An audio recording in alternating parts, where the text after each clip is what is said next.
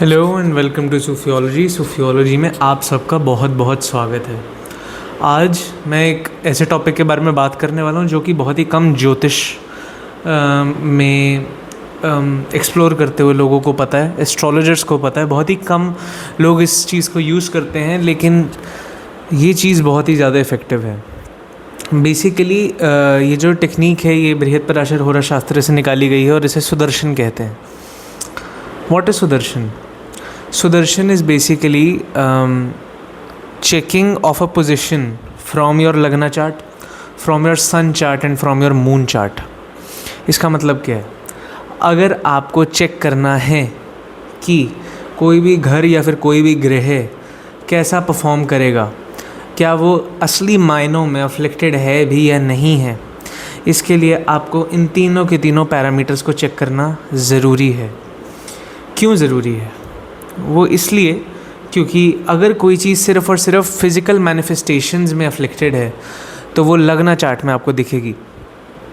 अगर कोई ऐसी चीज़ है जो कि आपको इंटरनली लगता है कि आपको पसंद नहीं है, आपका एक इंटरनल साइक कहता है कि वो अच्छी चीज़ नहीं है, तो आपके मून चार्ट में वो चीज़ अफ्लिक्टेड है।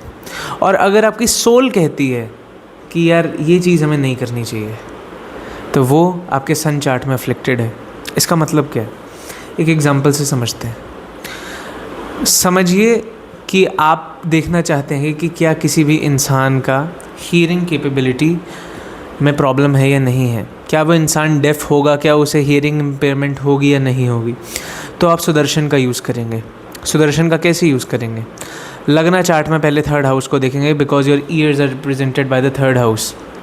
थर्ड हाउस को देखिए लगना चार्ट में, क्या वो अफ्लिक्टेड है, क्या उस पर कोई भी मैलेफिक्स बैठे हैं, क्या कोई भी मैलेफिक्स उसे एस्पेक्ट करते हैं, मार्स राहु, मार्स केतु ऐसे कॉम्बिनेशंस बन रहे हैं या नहीं बन रहे। अगर वो अफ्लिक्टेड है, आप देख चुके हैं, then you move on to the sun chart. अगर वो सूर्य चार्ट में अफ्लिक्ट हो जाता है तो आपका एक और पैरामीटर सही हो जाता है। फिर then you move on to moon chart. अगर वो मून चार्ट में अफ्लिक्ट हो जाता है, then you can definitely say with pride that your prediction is correct, क्योंकि इन तीनों पैरामीटर में वो चीज़ कंफर्म हो रही है।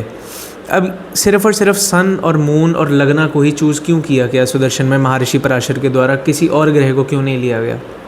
वो इसलिए क्योंकि जो लगना है, जो असेंडेंट राइज होता है, वो बताता है कि आपकी लाइफ में फ़िज़िकल मैनिफेस्टेशंस कैसे होंगी।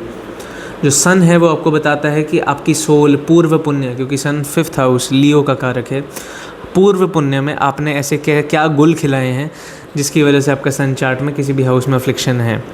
मून चार्ट दिखाता है आपका इंस्टिंक्ट क्या कहता है, आपका मन किस तरफ भाग रहा है उस टाइम पे। अगर आपका मन कहता है कि वो गलत है तो वो गलत है। ऐसा क्यों है? इसका कोई रीज़न नहीं है। रीज़न नहीं है, इसी वजह से मून और मार्स की बनती नहीं, because Mars needs reason and moon doesn't have a reason, it just operates on instinct. That's why you can never ever justify Shri Krishna's action in the Bhagavad. You can never justify कि इस इंसान ने ऐसी advice क्यों दी, श्री कृष्ण ने ऐसा क्यों करा। But when you see it in a long shot, जब आप देखते हैं एक बड़े पर्सपेक्टिव से कि अच्छा इन्होंने इसलिए ये चीज़ करी थी, then you get the gist कि ऐसा क्यों हुआ था। ऐसा क्यों? Because Krishna is the deity of moon. And moon does not have a reason, moon does not have logic, moon just does things. She is just doing things. She does not think before doing. But magically whatever she does is true. It just gets in the way. It is just the truth. और इसी वजह से बृहस्पति यहाँ पे उच्च के हैं। काफ़ी मिक्स्ड लेक्चर दे रहा हूँ आपको, लेकिन मेरा मन ऐसा था कि मैं मूल त्रिकोण के बारे में बात करूँ कि मूल त्रिकोण कैसे काम करता है और आप इसे कैसे यूज़ करें। पर मैंने सुदर्शन की बात कर ली, तो अब मैं थोड़ा सा मूल त्रिकोण के बारे में भी बात करूँगा।